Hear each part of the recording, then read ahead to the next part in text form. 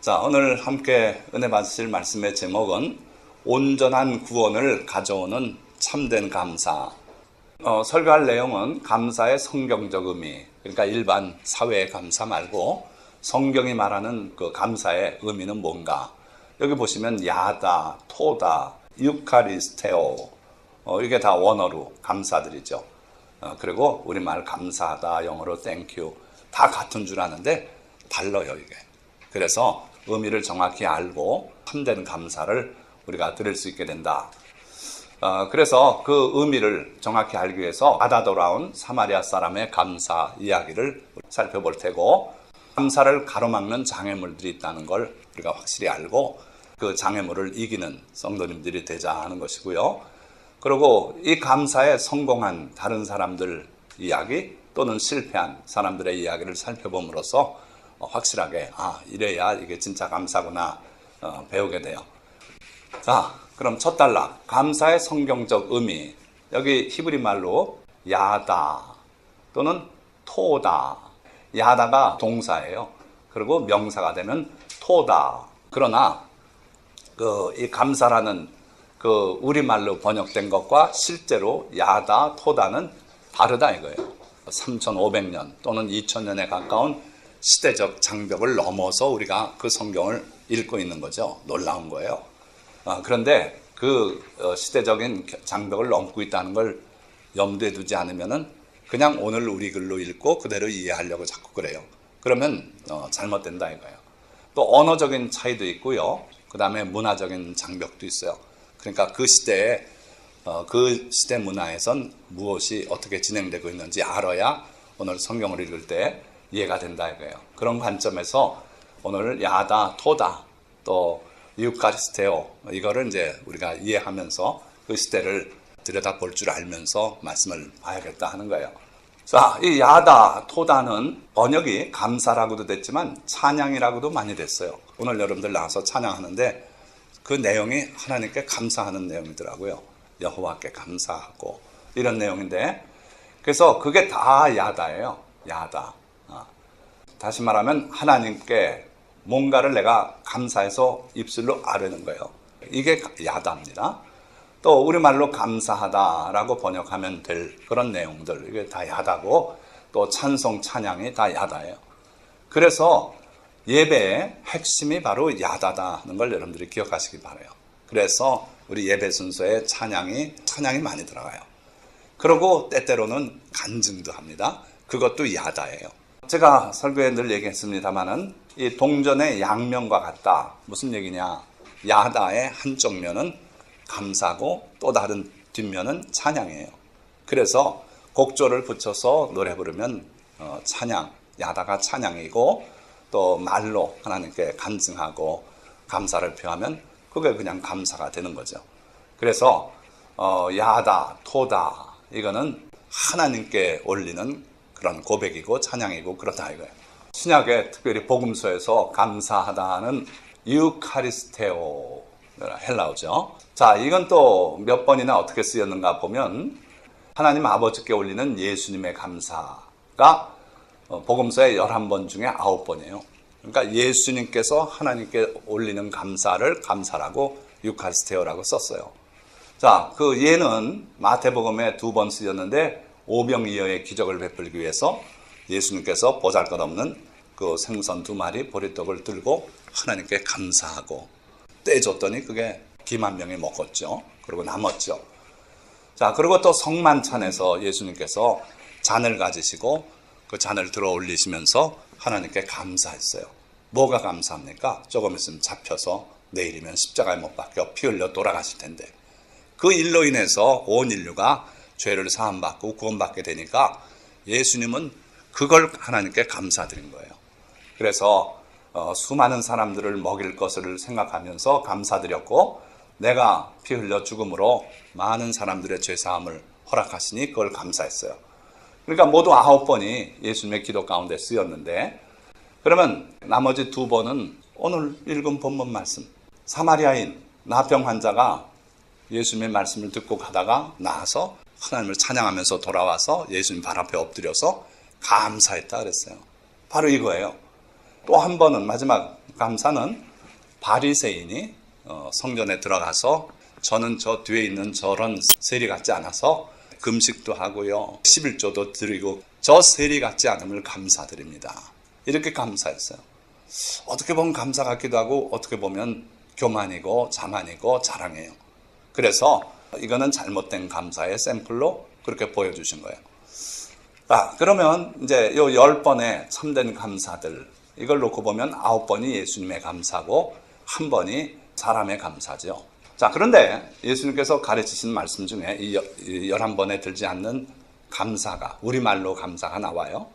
너희 중 누구에게 밭을 갈거나 양을 치거나 하는 종이 있어 밭에서 돌아오면 그럴 때 그더러 와 앉아서 먹어라. 어이구 수고했구나. 빨리 와서 식사하거라. 이럴 사람이 없다는 거예요. 실제적인 얘기를 하는 겁니다. 그러니까 종이 수고를 많이 하고 들어왔지만 주인은 그 종을 보면 아이고 너 들어왔구나. 야 부엌에 가서 빨리 식사 준비하고 그러고 내가 먹으면 그 다음에 네가 식사해라. 이렇게 말하지 않겠느냐는 거예요. 자, 그러고 나서도 명한 대로 하였다고 종에게 감사하겠느냐. 감사는 그렇게 밑에 사람한테 하는 게 아니다는 거예요. 참 이상하죠? 우리 지금의 생각과는 달라요. 자, 왜 이렇게 제한적으로만 사용됐는가? 복음서 4개가 꽤 되는 분량인데 그 중에 11번. 그건 아마 9번은 예수님의 감사고 1번은 사마리아인의 감사고 하나는 잘못된 감사이기 때문에 배제해야 되겠고 그러고 조금 다른 것으로서 종에게 감사할 수 없다는 거. 참 어렵죠? 성경이 이렇게 보면 사람에겐 감사하면 안 되는가? 그건 아니고요. 참 감사는 예배의 한 형태이기 때문에 그래요. 우리가 사람에게 예배할 수 있습니까? 그렇게는 안 되는 거예요. 그래서 유카리스테오는 예배의 한 형태다 하는 걸 여러분들이 기억하시면 돼요. 그러니까 하나님께 감사하는 것이지 여기 뭐 어떤 손님이 왔다 그래 봅시다. 그동안 말씀사랑교회를 위해서 헌금도 해주고 기도도 해줘서 감사합니다 그러고 그따위 짓 하면은 하나님께서 이 자리를 떠나 가셔요. 예배는 하나님께만 드리는 거예요. 그러니까 하나님이 바라시는 참 감사는 예배의 한 형태예요. 그렇기 때문에 하나님을 향해서만 드리는 거예요. 요즘 교회가 이제 많이 타락해서 인본주의적인 교회가 돼가지고 그 교회에 누가 손님이 오면 막 드러내고 박수치고 난리를 쳐요. 그거는 하나님이 기뻐하시는 예배가 아니에요. 절대로 아니에요. 그러니까 감사는 예배의 한 형태이기 때문에 종이 수고했다고 감사할 수 있냐? 없다 이거예요. 그러니까 여러분들이 감사는 이 정도구나. 하나님께 예배 드리는 것이지 사람에게 하는 걸 감사라고는 안 했구나. 성경은. 그렇다고 우리가 사회 나가서 아무한테도 난 감사 안 해. 이랬다는 안 되죠. 요즘 시대에서는 서로 간에 감사할 줄 알아야 되는데 그 감사와 하나님 앞에 드리는 감사는 격이 다른 감사다. 이걸 여러분들이 아셔야 돼요. 자, 둘째 단락입니다. 그러면 이제 구체적인 이 사마리아인의 감사를 통해서 우리가 참된 감사를 배우자 하는 거예요. 자, 이 이야기는 믿음과 순종과 감사와 구원의 놀라운 이야기예요. 굉장히 짧은 내용이지만 읽어보면은 여기에 이 내용이 다 들었어요. 여기다 추가해서 뭐 기적의 이야기고 뭐 많이 붙일 수 있는데 어쨌든 보십시다. 예수께서 예루살렘으로 가실 때에 사마리아와 갈릴리 사이로 지나가시다가 한 마을에 들어가시니 우리 2주 전에 바디메오 얘기했죠. 예수님이 지나가신다는 소리 듣고 막 소리 지르고 사람들이 좀 조용하라고 꾸지람을 하고 그런데도 더 소리 질러서 결국 구원을 받잖아요. 눈을 뜨잖아요. 그 여로예요. 지금 우리가 누가복음 17장 11절부터 19절까지 오늘 본문인데 바로 그 뒤에 맹인거지 바디메오가 나와요. 자, 그렇다면 이게 무슨 의미가 있어서 이걸 썼을까요? 그냥 사마리아에서 뭐 이렇게 써도 될 텐데 예수님께서 비장하게 이제 예루살렘으로 가시면 거기서 십자가를 지고 그러고 못 박혀 피 흘리고 돌아가실 그 각오를 하고 그리고 앞장서서 가시는데 제자들이 두려워했다 그랬어요. 예수님께서 비장한 각오로 가시는데 평소와 다르고 정말 올라가면 큰일이 날 것 같고 그래서 뒤따라하는 제자들이 긴장한 가운데 따라갔는데 그 길을 갈 때에 이 일이 벌어졌다 이거예요. 자, 나병 환자 10명이 예수를 만나 멀리 서서 소리를 높여 이르되 예수 선생님이여 우리를 불쌍히 여기소서 하거늘. 나병 환자가 10명이 떼거지로 있을 일이 있습니까? 그렇죠. 이 시대에 그랬어요. 왜냐하면 나병은 치명적인 병이고 그러고 전염이 되고 그런 병이기 때문에 이미 레위기에 하나님께서 2장에 걸쳐서 상세하게 나병을 어떻게 다뤄야 할지를 계명으로 주셨어요. 그래가지고 제사장이 관찰해서 피부에 환처가 있으면 잘 봐서 이런 경우는 나병이고 이럴 경우는 그냥 일반 피부병이니까 진단을 내려주라는 말씀이 있고, 그리고 또 그 나병 환자가 병이 나으면 그러면 제사장한테 와서 보이고 제사장이 살펴보고 나병이 나은 것 같으면 일주일을 더 머물러서 다시 재관찰하고, 그러고 나았다 생각되면 그를 정결케 하는 예식을 치러주고 집으로 돌아가게 했어요. 이 나병 환자들은 일단 진단받으면 쫓겨나가요. 집에서 다 떠나야 돼요. 정상인과 함께 섞여 살면 안 돼요. 발견되면 돌에 맞아 죽어야 돼요. 그래서 쫓겨나오는데 그 나병 환자들끼리 모여서 동굴 같은 데 살고 거리 행세를 하는데 정상인이 지나갈 때 소리쳐야 돼요. 부정하다, 부정하다. 아랫입술을 위로 올리고 그리고 소리를 질러야 돼요. 가까이 오지 말고 먹을 거나 놓고 가십시오. 돈이나 한 푼 던져주고 가십시오. 그런 뉘앙스로 소리치게 돼 있어요. 자, 이 나병 환자 10명이 모여 사는 사람들이었는데 예수를 만나 참 운이 좋아요. 예수님께서 이제 가시면은 다시는 예수님 만날 기회가 없어요. 그런데 이들도 그 기회를 잃지 않고 예수님이 지나가신다 하니까 예수님을 향해서 멀리 서서 소리를 높여 이르되, 할 수 있는 수단은 소리 높이는 것뿐이 없어요.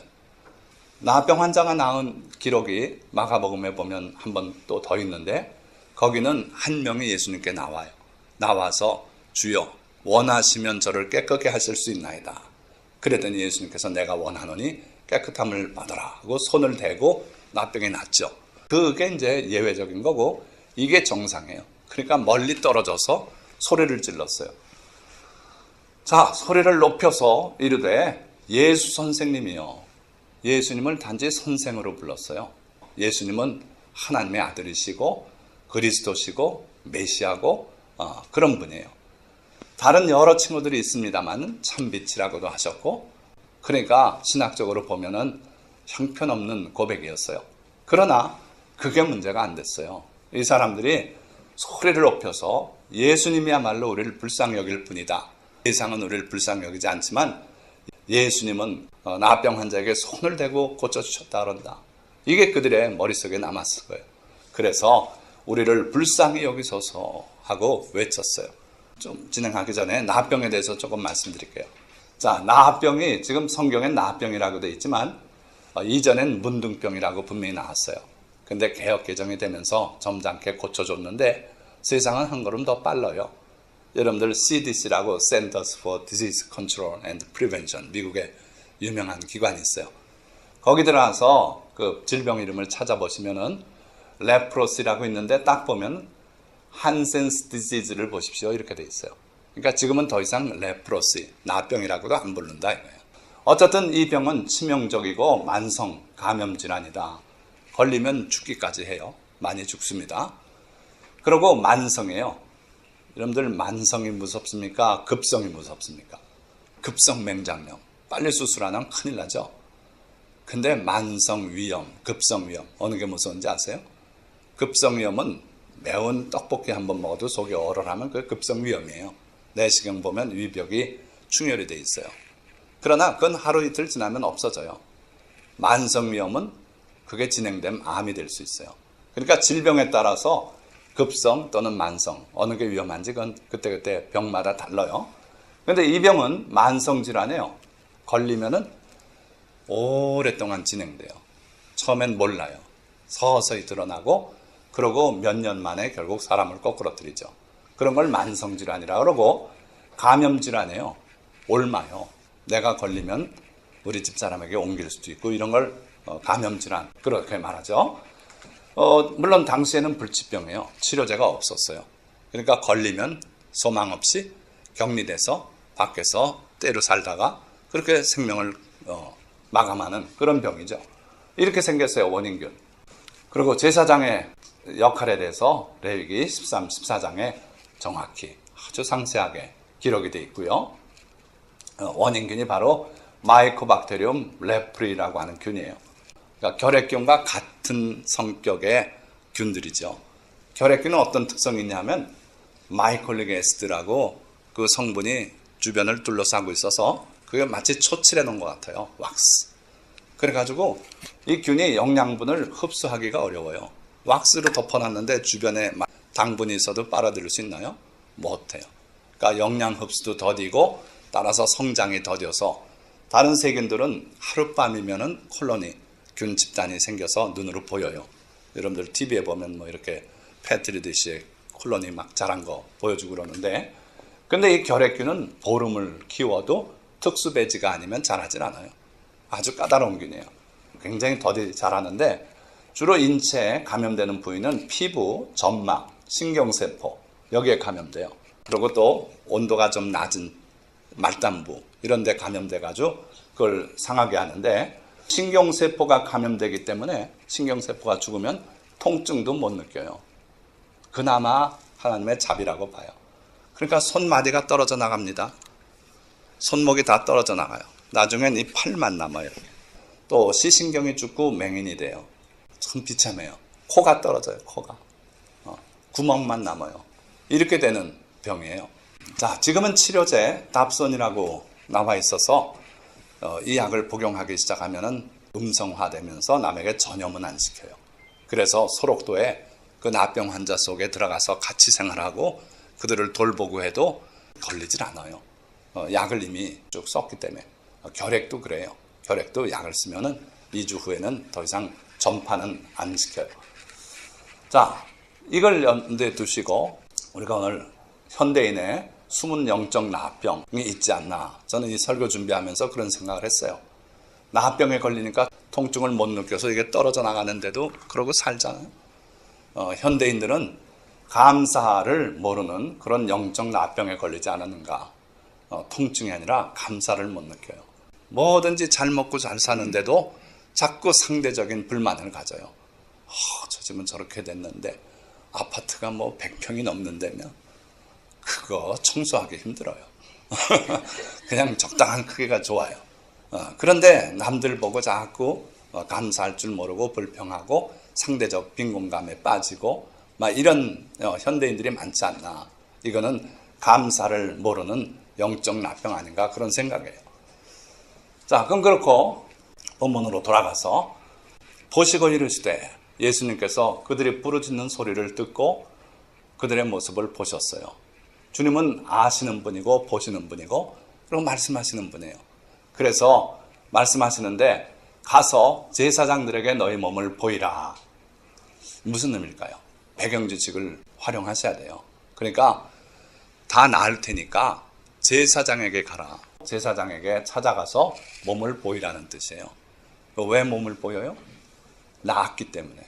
그러니까 아직은 낫질 않았어요. 그런데 가서 너희들 몸을 보여라. 그건 뭐냐면 너희 나병은 내가 치료했다는 거예요. 지금은 안 나은 것 같지만 나을 것이라는 거예요.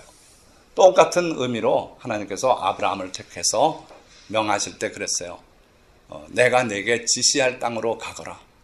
내 아비집, 친척, 전토 다 버리고 내가 네게 보여줄 땅으로 가라. 하나님 보여주십시오. 그러면 제가 선택하겠습니다. 살만한 곳으로 가라 그러시면 가고, 저기 아프리카 오지 지방으로 가라 그러면 전 못 갑니다. 그게 우리 정상적인 생각 아닙니까? 근데 아브라함은 하나님이 어디로 가라 하실지 모르고 내가 지시할 땅으로 가라 할 때 나섰어요. 지금 이 나병 환자들도 그 수준의 믿음이에요. 예수님께서 아직 낫지도 않은 그들을 향해서 제사장에 가서 몸을 보여라 했는데 그들이 가다가, 놀랍지 않아요? 아마 우리 믿음보다 한결 강한 믿음이에요. 이들이 소망을 예수님께 온전히 걸었다는 걸 알 수 있어요. 우리는요, 가진 게 너무 많아서 예수님께 소망 조금 걸어요. 의사한테 소망을 더 걸어요. 그런데 이들은 다른 소망이 없었어요. 예수님께 온전히 소망을 걸고 그래서 그들은 갔어요. 주님의 말씀에 순종했어요. 그리고 가다가 깨끗함을 받은지라. 할렐루야. 놀랍지 않습니까? 놀라운 기적을 체험한 거예요. 그러니까 큰 은혜, 놀라운 기적을 가져온 순종이에요. 예수님의 말씀에 순종하시면은 분명히 이런 일이 일어나요. 자, 그 중에 한 사람이 자기가 낳은 것을 보고 큰 소리로 하나님께 영광을 돌리며 돌아와. 그 중에 한 사람이 몇 명이었어요? 10명이었어요. 10명이 다 치료함을 받았어요. 그런데 유감스럽게도 그 중에 한 사람이 돌아왔어요. 10%의 확률. 어쨌든 한 사람만 돌아왔어요. 하나님께 영광을 돌리면서 그러고 예수님께 돌아왔는데 돌아와서는 예수의 발 앞에 엎드려 감사하니 그는 사마리아 사람이라. 하필이면 사마리아 사람이에요. 이 당시에 예수님은 유대인이고 예수님의 제자는 다 유대인이에요. 예수님께서 하나님께서 나를 이스라엘의 잃어버린 자에게만 보냈다고 해서 유대인을 상대로만 사역을 하시던 때예요. 그런데 사마리아 사람인데 그 사람이 돌아왔어요. 이 당시에 예수님은 안 그러셨지만 예수님은 비유로 선한 사마리아 사람 비유도 들어주시고 사마리아 여인에게도 복음을 전하시고 다 하셨어요. 그러나 이 사회의 통념은 사마리아 사람은 사람이 아니에요. 잡종이고 개와 같은 존재. 유태인의 입장에선 그랬어요. 왜냐하면 유태인들이 포로로 잡혀갈 때 그들은 그 지역에 숨어서 살아남은 사람들이에요. 그런데 정책적으로 이렇게 이민족들을 그 자리에 또 이주시키니까 혼혈이 돼버렸어요. 그리고 하나님의 계명을 다 잊어버리고 여호와 하나님의 이름은 가지고 있으면서 다른 종교를 만들어냈어요. 예루살렘이 아닌 그리심산에서 제사를 드리고 그래서 유태인들이 볼 때는 너희들은 하나님의 백성도 아니고 개 같은 존재다. 그래서 서로 말도 안 섞어요. 그 사마리아 여인이 우물가에 왔다가 예수님께서 물 좀 달라 하니까 내가 보니 유태인인데 왜 나한테 유태인이 사마리아인한테 물을 달라 합니까? 말을 안 하던 시대였기 때문에 그래요. 그런데 그 사람이 돌아왔어요. 그 사람이 돌아왔어요. 그리고 예수님의 발 앞에 엎드려서 감사에 따랐어요. 하나님께 드리는 감사를 예수님에게 드렸어요. 이 사람은 예수님이 하나님의 아들인 걸 깨달은 거예요. 그래서 하나님에게 쓰는 그 감사라는 단어를 이 사람이 감사합니다. 감사합니다. 감사합니다. 하고 주님 앞에 예배를 드렸다는 거예요. 자, 참된 감사는 하나님의 은혜로우심, 그리고 나를 기억하고 내게 이런 은혜를 주셨다는 거, 그 은혜를 깨닫고 지금 이 사람은 나병이 나았다는 것이 하나님의 큰 은혜죠. 그래서 이를 찬양 보답하려는 열망이 영혼 속에 불릴듯 이는 거예요. 가다가 자기 떨어졌던 코가 생기고요, 떨어졌던 손마디가 생기고 깨끗해지는 거예요. 어린 아이의 피부처럼 그렇게 깨끗해졌어요. 그래서 이를 찬양해야겠다. 가서 주님께 고백해야겠다. 내가 이런 체험을 했습니다. 그리고 주님께 보답해야겠다. 드릴 건 없어도 찬양으로 감사로 보답해야겠다. 그런 열망이 속에서 불일 듯 일어났어요. 그 열망, 그거를 실천한 것이 바로 참된 감사다. 감사하긴 한데 다른 생각이 또 솟구쳐요. 야, 우리 집에 있는 새끼들이 얼마나 아버지 오기를 기다리고 있지 않겠는가. 거기부터 가야겠다. 아니면 예수님께서 제사장에게 몸을 보이라 그랬는데 지금 예수님께 돌아가기보단 명령을 실천하는 게 옳지 않은가. 그런 생각도 할 수 있고 여러 가지 갈등이 있었는데 다 누르고 그 열망을 실천했어요. 이게 바로 최고의 예배다 이거예요. 그래서 나병 환자였던 이 사람은 주님께 달려갈 수밖에 없었어요. 그 영혼 속에 감사함이 끓어오르는데 그걸 그는 억제할 수 없고, 그리고 여러 가지 장애물이 있었지만 그걸 다 뛰어넘어서 주님께 달려간 거예요. 바로 그런 감사하는 사람을 주님은 찾으신다 이거예요. 시편 50편에 감사로 하나님께 제사를 드리며 지존하신 이에게 내 소원을 갚으며 환난 날에 나를 부르라. 내가 너를 건지리니 내가 나를 영화롭게 하리로다. 감사로 하나님께 제사를 드리는 거, 그걸 하나님은 제일 기뻐하신다 이거예요. 그래서 이 나병 환자가 와서 감사하는 거, 그걸 주님은 기뻐하셨고 그걸 칭찬하시고 거기에 온전한 구원을 또 베풀어 주셔요. 또 감사로 제사를 드리는 자가 나를 영화롭게 하나니 그의 행위를 옳게 하는 자에게 내가 하나님의 구원을 보이리라. 세상 사람들이 베푸는 그런 정도 은혜가 아니라 하나님이 아니면 베풀 수 없는 그런 하나님의 은혜를 보이겠다. 이게 하나님의 약속이에요.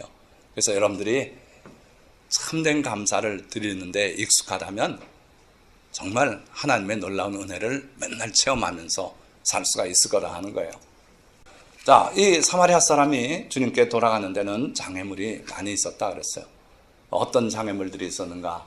아까 말씀드린 것처럼 가족에게 빨리 돌아가고픈 마음이 없었겠어요. 자기의 생사도 모르고 지내는 가족들이 있을 텐데 내가 이렇게 나았다는 걸 보여주고 싶지 않겠어요? 그런데 그 마음을 그는 억누르고 주님께 돌아왔어요. 또 다른 누군가가 그 일을 할 것이라는 생각도 들었어요. 또는 핑계거리로 그 생각을 해봤어요. 우리가 10명인데 그 중에 누군가는 가서 감사하지 않겠는가? 나는 집으로 빨리 가는 게 낫지 않은가? 그런 생각도 했어요. 주님께 드리는 예배는 내가 드리는 게 옳아요. 남이 드리는 거 그거 아무 관계 없어요. 내가 주님께 나아가기를 주님은 바라시는 거예요. 제사장에게 가서 몸을 보이라는 주님의 명령이 떠오르기도 했어요. 주님의 명령을 순종하는 게 옳지 않은가? 그런데요, 이거는 좀 더 미뤘다 해도 상관없어요. 지금 빨리 가서 예수님 만나고 한 30분 소요될지 몰라요. 그러고 제사장에게 가면 되지 않겠어요? 그런데 사람들은 핑계거리로 이걸 택하는 사람도 있다는 거예요. 또 자기 자신의 모습을 돌아보니까 누추하기 짝이 없어요.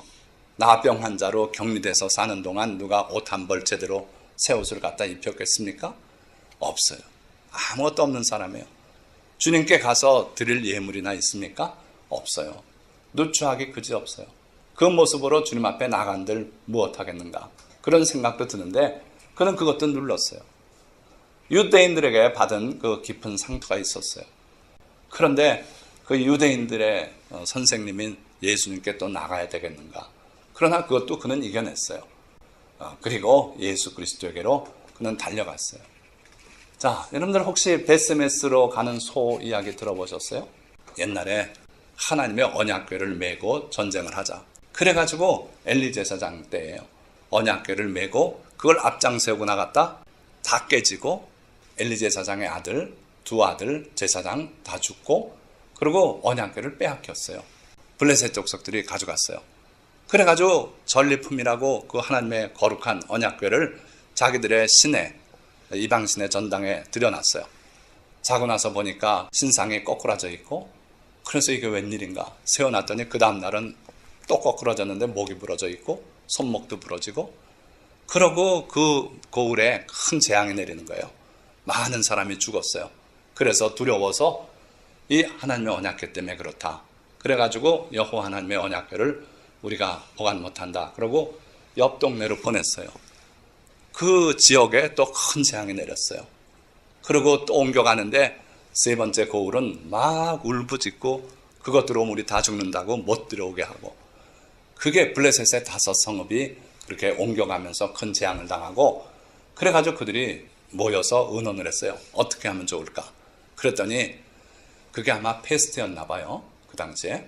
그래가지고 금으로 그 독종 5개 블레셋의 5마을을 대표해서 그리고 쥐가 옮겨다니면서 그걸 옮겨요. 그러니까 쥐 5마리 황금으로 해가지고 그걸 예물로 해서 보내야 된다. 해가지고 보내기로 했어요. 하나님께 이스라엘 백성의 언약궤를. 그건 생각 잘한 거예요. 그래가지고 보내는데 어떻게 보내냐면 이게 만약에 여호와 하나님이 하신 일이 아니고 저절로 일어난 건데 우리가 이렇게 하면 억울한 거 아닌가. 확실하게 증거를 잡자. 뭘 증거로 잡기로 했냐면 젖나는 소. 새끼 나가지고 송아지를 먹이는 소인데 그 어미소는 새끼 소의 우는 소리에 민감해요. 그 젖나는 소 2마리를 가지고 수레를 짜가지고 거기다 그 하나님의 언약궤 싣고 또 우리의 선물 황금, 독종과 쥐 모양을 5개 해서 돌려보내자. 만약에 이 소가 저 앞이 베스메스라고 유다 성읍이에요. 그리 곧장 가면은 하나님께서 벌린 일이고, 이놈이 소가 안 가고 여기 새끼는 두고 새끼가 자꾸 하고 울게 하면은 그놈이 가다 돌아보고 안 가고 이러면 이거 우연이 된 거다. 그렇게 판단하기로 했어요. 참 지혜롭죠? 그런데 어떻게 됐을까요? 이 젖나는 소가 새끼들이 계속 송아지가 우는데도 그냥 뒤도 안 돌아보고 베스메스까지 갔어요. 그래가지고 베스메스의 사람들이 보니까 하나님의 언약궤가 돌아온 거예요. 그래서 그 수레를 깨서 장작불로 쓰고 그 소를 잡아서 하나님께 제물로 드리고, 그리고 제사장들이 와서 언약궤를 메고 돌아갔어요. 놀라운 사건이에요. 그러니까 마치 이 사마리아 사람은 베스메스로 달려가는 소 같았어. 그의 영혼 속에 열망이 예수님께 가야 된다. 그분이 내 병을 고치셨다. 그래서 예수님께 거침없이 돌아왔어요. 자, 참된 감사는 온갖 장애물들을 이기고 올린 승리의 깃발이다. 저는 설교 준비하면서 이런 결론을 냈어요. 여러 가지 감사를 못하게 막는 구실과 핑계거리들이 많아요. 그런데 그걸 다 이겨낸 거예요. 그러니까 어떻게 보면 영적으로 승리한 승리의 깃발이다. 여러분들도 이러한 승리의 깃발을 날마다 올리는 여러분들 되시기를 주님의 이름으로 축원드립니다. 자, 예수님께 나아가니까 예수님께서 대답하여 이르시되 10사람이 다 깨끗함을 받지 아니하였느냐. 예수님이 고치셨기 때문에 예수님이 아셔요. 10사람이 다 깨끗함을 받지 아니하였느냐. 그 9은 어디 있느냐. 너 말고 9은 어디 갔냐. 안타깝게 찾으셨어요. 주님은 돌아와서 감사할 줄 아는 사람을 찾는 거예요. 오늘 우리가 감사주일이고 또 홈커밍 주일인데 이게 둘이 딱 일치가 됐어요. 바로 이 사건하고 맞아요. 그러니까 여러분들이 말씀사랑교회에서 받은 바 은혜가 있다면 주님 앞에 돌아오는 거예요. 그래서 1년에 한 번은 그래도 돌아와라. 모여서 주님 앞에 감사하자. 그 뜻에서 하는 거예요. 이거 하려면 신경 많이 쓰이죠. 그전에는 우리가 이거 혼자 다 하니까 며칠 장을 봐야 돼요. 그래가지고 참 힘들어서 꾀가 나요. 자꾸 이거 그만하자. 그런데 올해는 도와주시니까 날마다 합시다. 일이 쉬워졌어요. 그러니까 주일은 이렇게 서로 나누고 할 때 서로 은혜가 되고 주님께 봉사할 기회도 많아지고 그러죠. 자, 어쨌든 주님께 돌아오는 그게 필요하다. 그래서 이스라엘 백성은 1년에 3차례 나오거라 했는데 우리는 1년에 한 차례라도 모이는 게 좋겠다. 그런 생각인 거예요.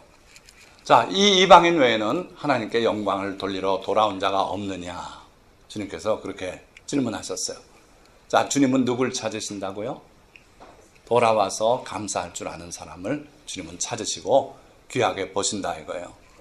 자, 그에게 이르시되 일어나 가라. 내 믿음이 너를 구원하였느니라. 이제 빨리 가서 하고 싶은 일 해라. 감사 내가 받았으니까 이제는 너를 위해서 하고 싶은 일을 해라. 그러면서 내 믿음이 너를 구원하였느니라. 바로 온전한 구원을 주님이 선포하셨어요. 자, 10명이 다 고침받았죠? 그러니까 10명이 다 은혜를 체험했어요.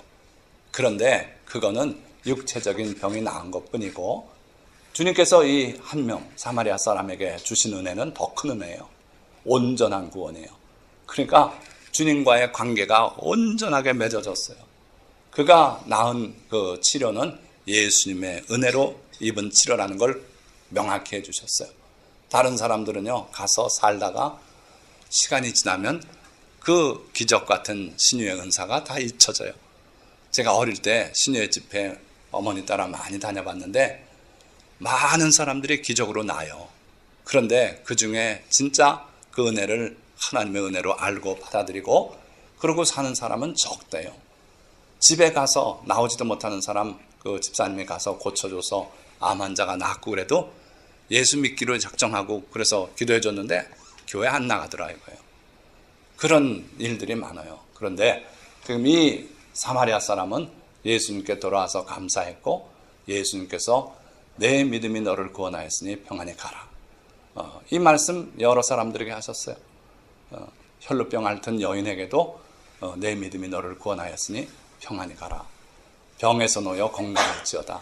이렇게도 말씀하시고 늘 기적을 일으키시면서 주님께서 이 말씀을 하길 원하셨어요. 그래야 그 사람은 예수님과 맺어지는 거예요. 단지 병 낫는 게 대수가 아니다 이거예요. 그래서 참된 감사를 여러분들이 드릴 줄 알면은 여러분들이 주님과 맺어지고 온전한 구원을 체험할 수 있게 된다 하는 거죠. 자, 세 번째 단락. 하나님이 찾으시는 감사로 제사를 드리는 자가 누군가. 이거 우리나라 6.25 전쟁 중에 서울을 수복하고 이 중앙청 앞에 태극기를 개양하는 감격적인 순간이에요. 이거나 마찬가지로 참된 감사는 온갖 장애물들을 이기고 올린 승리의 깃발과 같다. 그래서 하나님이 찾으시는 자는 누구라고요? 감사로 제사를 드리는 자. 이 사람들은 다 이긴 자들이에요. 그 핑계거리 다 이기고 하나님 앞에 온전한 감사를 드리기 위해서 주님 앞에 나온 자들이 바로 하나님이 찾으시는 자다. 감사해야 될 내용은 취직했습니다. 감사해야죠. 이거 하나님께 받은 은혜예요. 근데 그거에 앞서서 더 먼저 감사해야 될 거는 여호와께 감사하라. 그는 선하시며 그의 인자하심이 영원함이로다. 하나님의 선하심 때문에 감사하라는 거예요. 네가 하나님의 선하심을 진정으로 깨달았냐?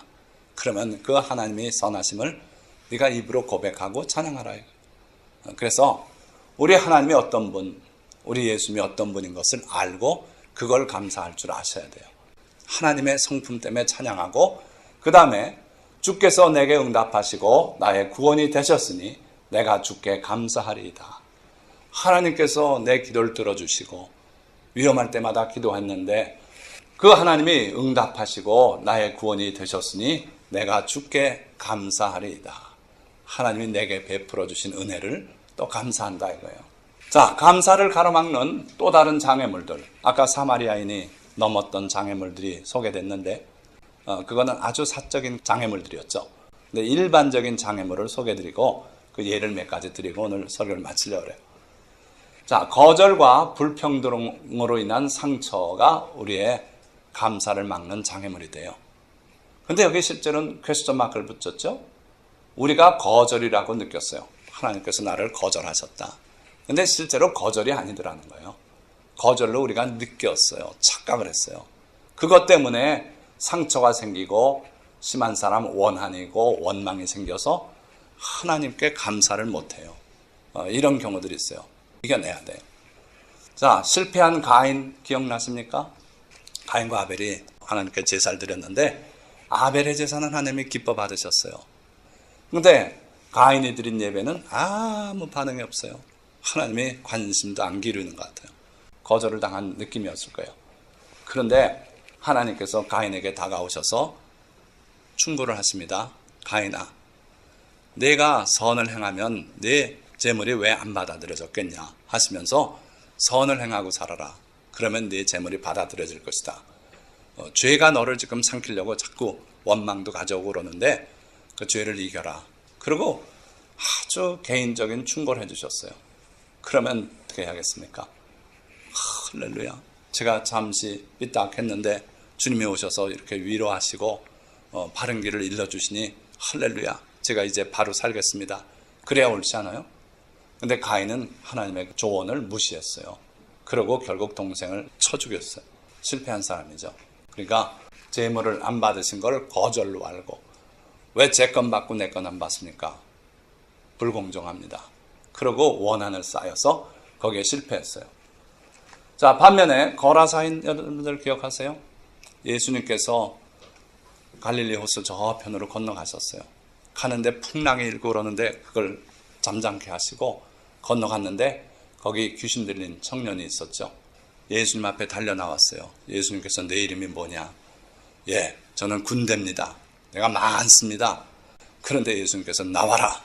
그랬는데 결국은 그 귀신이 다 나와서 돼지떼 2,000마리를 바다로 몰고 들어와서 다 죽게 했죠.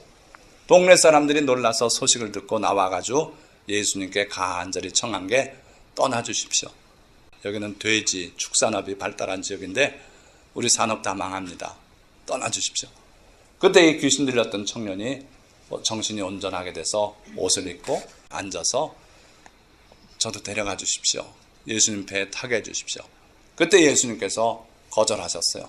허락지 안 하시고 집에 가서 가족들에게 하나님께서 너를 얼마나 불쌍히 여기시고 큰 은혜를 베푸셨는지 일일이 전해라. 저 같으면 예수님이 사랑 많은 분인 줄 알았더니 그 배에 나 하나 더 타면 가라앉습니까? 왜 나를 못마땅해 하십니까? 귀신 들렸다고 언제 또 난동 부릴지 겁나십니까? 그러고 등지고 나갔을지 몰라요. 그런데 이 청년은요, 가가지고 자기 집뿐 아니라 그 대가볼리 일대에 하나님께서 어떻게 역사하셨는지 다 증거했어요. 워낙 유명했던 그 귀신 들린 사람이었기 때문에 사람들이 다 믿고 나중에 예수님께서 그 지역으로 갈 땐 환영받고 거기서 복음을 전할 수 있었어요. 그러니까 거뜬히 이기고 승리한 거라사인, 분명히 거절당했지만 주님이 그 청을 허락지 않으셨지만 그는 돌아서지 않았어요.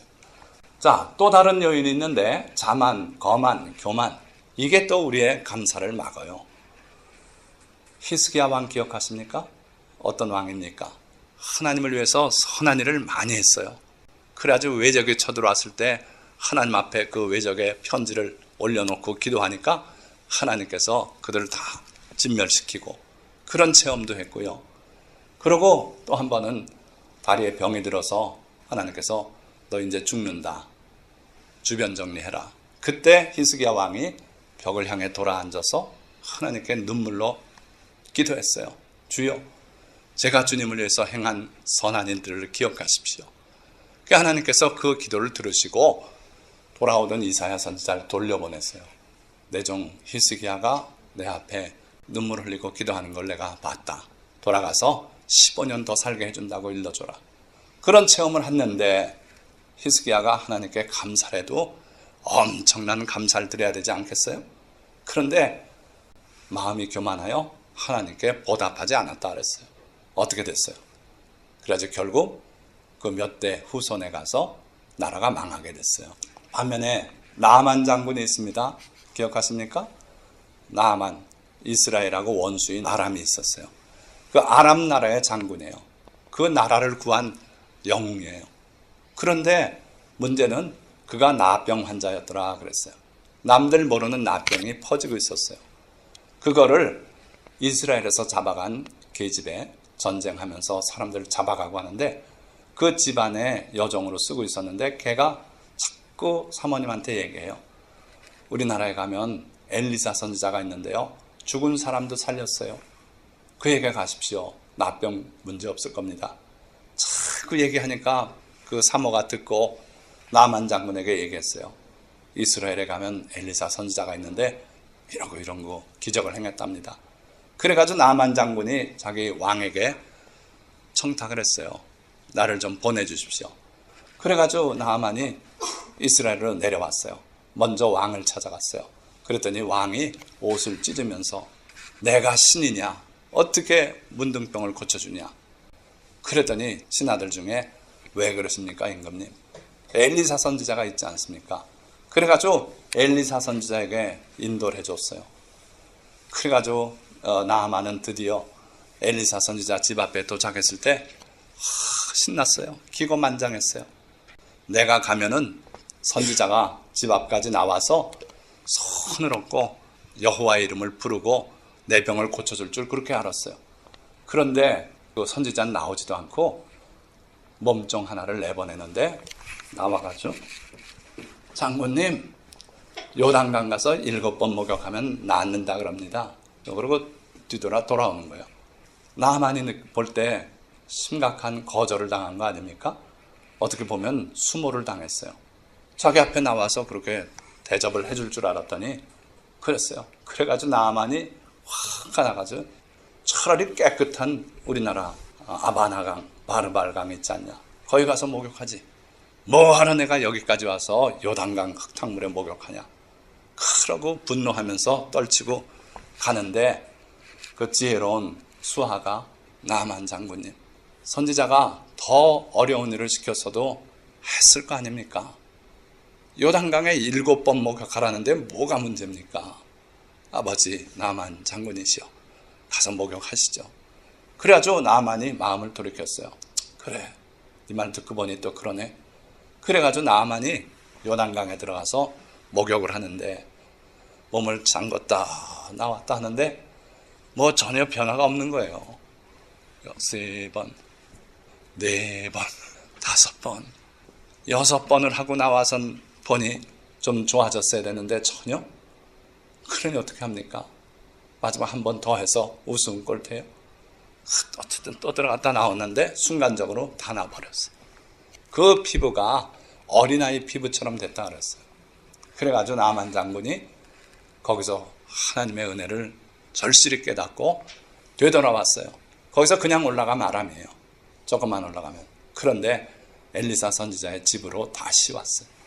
그래가지고 엘리사 선지자에게 예물을 좀 받아주십시오. 그리고 엄청난 예물을 드리려고 그러니까 엘리사 선지자가 안 받아요. 안 받으니까 그러시다면 마당의 흙을 내 노새 2바리에 씻도록 허락하십시오. 내가 이제 천하에 여호와 하나님만이 하나님인 걸 깨달았는데 이제 선지자 집 마당에 있는 흙을 가져가서 내 집 마당에 펴고 거기서 여호와 하나님을 부르고 섬기겠습니다. 그래가지고 엘리사 선지자 집 마당 파가지고 가져간 사람이 나아만이에요. 자, 말씀을 맺겠습니다. 예수님을 향해 불쌍히 여겨달라고 부르짖는 10 나병 환자들에게 주님은 가서 제사장들에게 몸을 보이라고 말씀하셨고 그들은 가다 고침을 받았어요. 그중 하나였던 사마리아 사람은 하나님께 영광을 돌리며 돌아와 예수님 앞에 꿇어 엎드려 감사드렸어요. 참된 감사를 드렸어요. 주님은 나머지 9사람은 어디로 갔느냐고 안타까워하시고 돌아온 사마리아 사람에게 온전한 구원을 선포하셨어요. 믿음의 외침은 주님의 응답을 가져오며 그래서 여러분들의 어려움이 있을 때는 외쳐야 돼요. 반드시 응답을 주실 거예요. 주님의 명령에 순종하면 은혜를 체험하게 돼요. 그때 주님께서 우리에게 이렇게 하라 저렇게 하라는 말씀이 있을 거예요. 제가 대학교 입학식까지 치르고 나서 터덜터덜 걸어 나올 때 그 다음 날부터 나는 폐결핵 환자로 휴학에 들어가고 친구들은 서울대 학생으로 뽐내고 공부할 텐데 비참한 10년 가지고 걸어 나오는데 주님께서 말씀했어요. 여기 보건진료소가 있으니 찾아가 봐라. 그 소리를 듣고 주님 뭘까 그런 게 있습니까? 그러고 그냥 갔다면 아마 휴학 상태로 1년쯤 지나고 나서 해결됐을지 몰라요. 그러니까 주의 응답이 올 때 여러분들이 순종하시면 돼요. 그러면 은혜를 체험하게 돼요. 그 복잡한 절차가 한 보름 걸려서 총장님이 휴학 해제 축하한다고 편지 보내주시고 그래서 저는 한 2주 늦게 대학 생활을 시작했어요. 온전한 구원은 주님의 은혜에 감사할 줄 아는 사람의 것이에요. 학교 휴학 해제돼서 다니는 거나 그냥 바로 휴학 안 하고 다니는 거나 뭐 차이예요? 별거 아닌 것 같은데 저는 그 과정을 통해서 주님을 발견하고 주님의 그 놀라우신 능력을 체험하고 그래서 오늘까지 그걸 간증하는 거예요. 여러분들이 늘 감사해서 그런 온전한 구원을 체험하시기 바랍니다. 참된 감사는 하나님께 드리는 최고의 영적 예배라 그랬어요. 그리고 하나님의 구원을 가져오는 통로다. 그래서 그렇게 감사할 줄 아는 사람은 하나님의 참된 구원을 맛보게 된다. 참된 감사는 주님의 은혜로우심과 내게 주신 은혜를 주께 고백하며 널리 알리려는 열망의 외적 표현이에요. 외적 표현까지 가야 돼요. 감사를 가로막는 장애물은 은혜에 대한 무감각과 교만이며 거기서 비롯된 원망이다. 은혜에 대해서 우리가 자꾸 무감각해지면 당연한 걸로 생각하면 감사하지 못하게 돼요. 그리고 교만해지고 원망까지 품게 되면 하나님께 감사하지 못하죠. 자, 가다 돌아온 사마리아 사람과 나아만 장군 그리고 주님의 거절을 맛보고도 넘치는 충성을 드린 거라사인 이들 모두 이러한 장애물을 이기고 감사를 택한 사람들이었어요. 감사는 선택의 영역에 속해 있어요. 여러분들이 감사하러 주님 앞에 나올 수도 있고 아니면 귀찮은데 하고 안 나올 수도 있어요. 감사하며 사는 여러분들이 되시기를 축원드립니다. 기도하겠습니다.